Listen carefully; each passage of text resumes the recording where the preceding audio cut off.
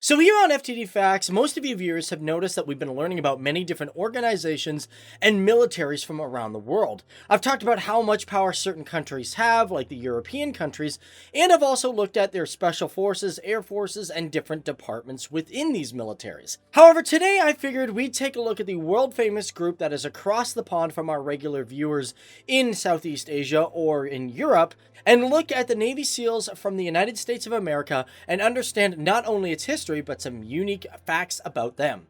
Hey everybody, how's it going? Welcome to FTD Facts, the channel where I look at people, cultures, and places and military divisions and stuff from all around the world. I'm Dave Walpole, and one of the questions that I really want to ask first when it comes to the Navy SEALs is, are the Navy SEALs a special forces unit or more identified as frogmen? Well, theoretically both. And as a matter of fact, if you're unfamiliar with the frogmen term, most frogmen groups, which are experts in diving and underwater missions, are generally classified as special forces units. And especially when it comes to the United States Navy SEALs, they pretty much came from the frogmen groups from the Second World War. And with that in mind, we gotta go way back to the Second World War. As a matter of fact, August 15th, 1942. To be exact, this was the date that the Army organized what is known as the Amphibious Scout and Raider School and was located in Fort Pierce, Florida. Now, this was a small group where the soldiers that were a part of it came from different divisions of the Navy. And it was at that time they began training at the Amphibious Training Base in Little Creek, Virginia.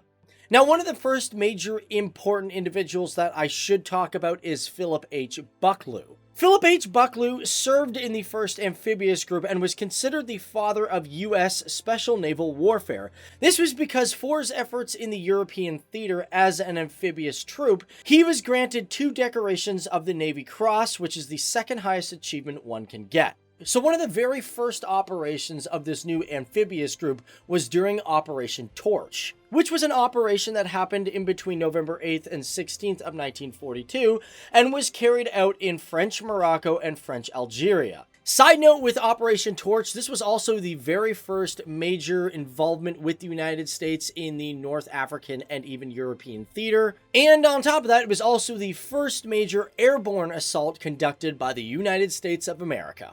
And besides the Amphibious Scout and Raiders, they also had a few other groups that were trained in amphibious assaults.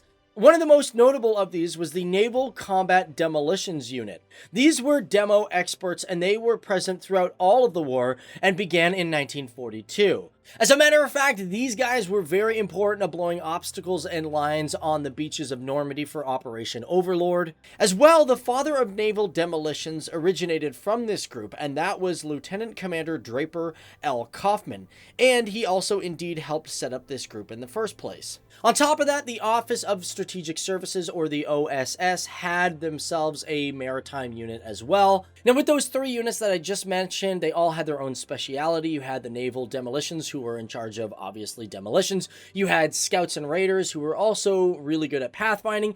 And, of course, you had the OSS, who were really good at intelligence as well. But however, one group that really stands out that makes you think of the Navy SEALs to a T is the Underwater Demolitions Team, known as the UDT. Basically, after the United States had a major loss during the Battle of Tarawara in November of 1943, the Navy decided to put together this group organized of 9 teams of men. And their mission, very similar to the Naval Combat Demolitions Team, they were in charge of going in ahead and blowing out as many obstacles as they possibly can. Oh yes, and of course they were also in charge of reconning the area as well, so when the major forces came in, they would know what's ahead of them. But oddly enough, although a few of these men came from the Scouts and Raiders programs and other programs in amphibious training, a big chunk of them were what you call Seabees. Now, what were Seabees? They were basically the engineers at the sea. They knew how to build naval bases, repair things, that sort of thing. As a matter of fact, throughout the Second World War, they say that there was approximately 325,000 Seabees for the Navy. But one interesting aspect of the team known as UDT, these guys were considered naked all the time. Okay, I don't mean they were actually naked, they were pretty much wearing, swim trunks the entire time. This is because throughout the Second World War, their behavior broke against what was known as the Fort Pierce Protocol. Because of that, they ignored their orders to stay in their boat and jumped out in their bathing suits to survey the area. As well, they also operated in broad daylight, which was a very uncommon thing and considered a very dangerous thing to do. The reason for this is because they say they'd be able to spot things underwater a lot easier during the day than at night. By the end of the war, the UDT had 34 teams in which 2 guys usually worked together on a coast. And I just think it's amazing that these guys were, military dudes, and they were still just wearing bathing suits, a couple of flippers, and of course some goggles, and that was pretty much it. Of course, though, that is just the Second World War. That is just a basis of where the Navy SEALs came from, because it wasn't until the 60s that the Navy SEALs actually formed.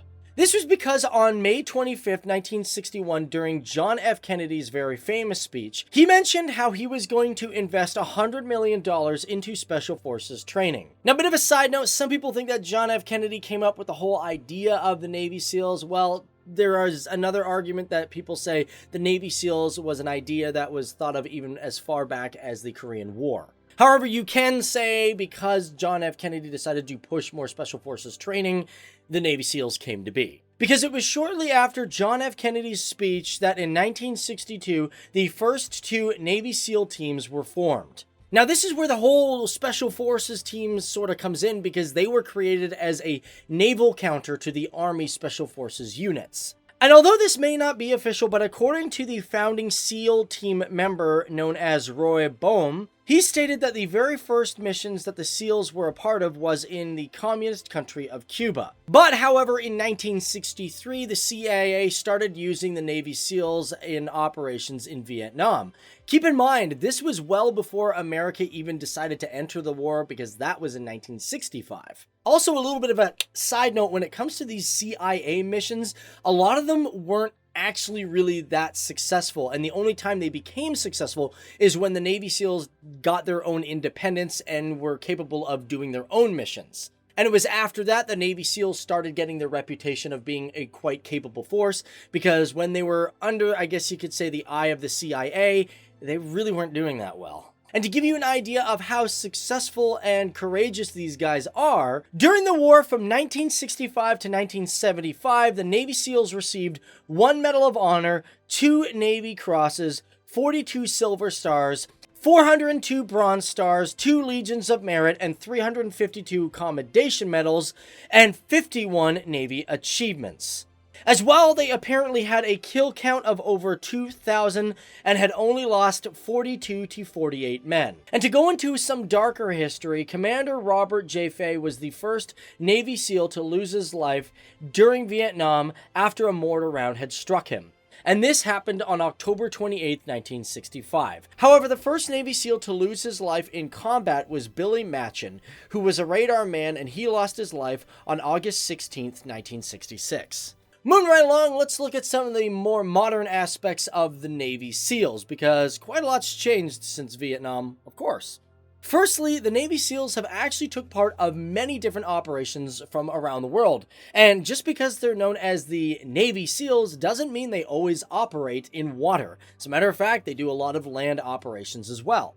And including Vietnam, they were a part of Lebanon, Desert Storm, the Somalia Civil War, the Yugoslav War, and of course were in Afghanistan for Operation Enduring Freedom. They were also in Grenada and many anti-piracy missions, such as the 1985 Achille Lauro cruise ship hijacking, and of course the Somalia Maersk, Alabama hijacking in 2009, and a lot more. And yeah, maybe some of you guys already know that they were a part of the mission to take out Osama bin Laden, but what you might not know is they actually built a 1-to-1 scale size replica of the house that they were taking, and they trained in that house every single day, a lot of times. Now, okay, what does it take to be a Navy SEALs? Well, let's take a look at some of the requirements for this. To get into the Navy SEALs, not only does one have to be physically fit, but you also got to be mentally fit as well. We don't want any crazies with the guns they got. No thank you. First of all, you have to commit and do a 500-yard swimming in 12 minutes and 30 seconds.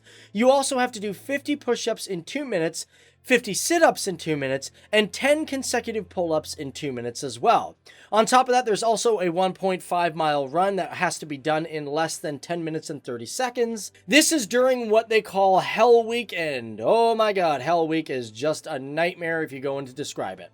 All of this, of course, falls under what they call the BUDS, or the BUDS training, which is your basic underwater demolition SEAL training. And within this, they say the very first phase of the training, only 33% of the people move on to phase number 2. And with that, there are 3 different phases of the Navy SEAL training, which is 24 weeks long. This, of course, does not include the Naval Special Warfare Preparatory School, that is 8 weeks. And also, candidates have to be anywhere between 18 to 29 years old. For me, I'm 32, so I'm out. Yeah, guys, I know I don't look 32. You know, I'll put my age guess down there. You know, if you guys say 22, I'm going to feel real good about myself. Of these first 3, you got phase 1, which is physical conditioning. Phase 2 is combat diving. And phase 3 is land warfare. Of course, it's not over after that, because then you got to go on to a 3-week parachuting school. Yikes. Then, of course, there is a 26-week-long Navy SEAL qualification program, which, by the way, I know some of you guys are saying, man, there are so many courses. Just to let you know, it's a lot of people that fail during the first phase. As a matter of fact, all the phases after that, they have a very high succession rate. As a matter of fact, for all the groups, over 87% of people pass. And of course, after that, there's also individual training programs, task group training programs, and other things like that. And as for the size of this elite force, they say there is approximately 2,450 active duty SEALs, which is just about 1% of all of Navy personnel. So thanks for watching, guys. That is all the information that I could give you on the Navy SEALs for this video, which, before you guys get out of here, just to let you know, if you guys are really loving military topics, maybe you guys are from the United States and you want more military videos, maybe on the Army, maybe on paratroopers or anything like that, be sure to give this video a big like, because the more likes, then I know, hey, I should do more of this content. That being said, normally here on FTD Facts, we do everything in playlists by countries and their militaries. So because this is the first time that we are doing a military video in America, I will have a playlist out for you guys. It just might not be available. If it is, it's in the cards or in the description box below or at the end of this video. If not, it might just be a link to some of the other cool Special Forces units and other units from around the world, so feel free to check those out. But thanks for watching, guys. I'm Dave Walpole. Hit that subscribe button, and I'll see you guys in the next one. Bye-bye. So like I said, guys, here's some of the great playlists that we have, especially if you like learning about military groups from around the world, so feel free to check these out. Other than that, thanks for stopping by, and we'll see you in the next one. Bye.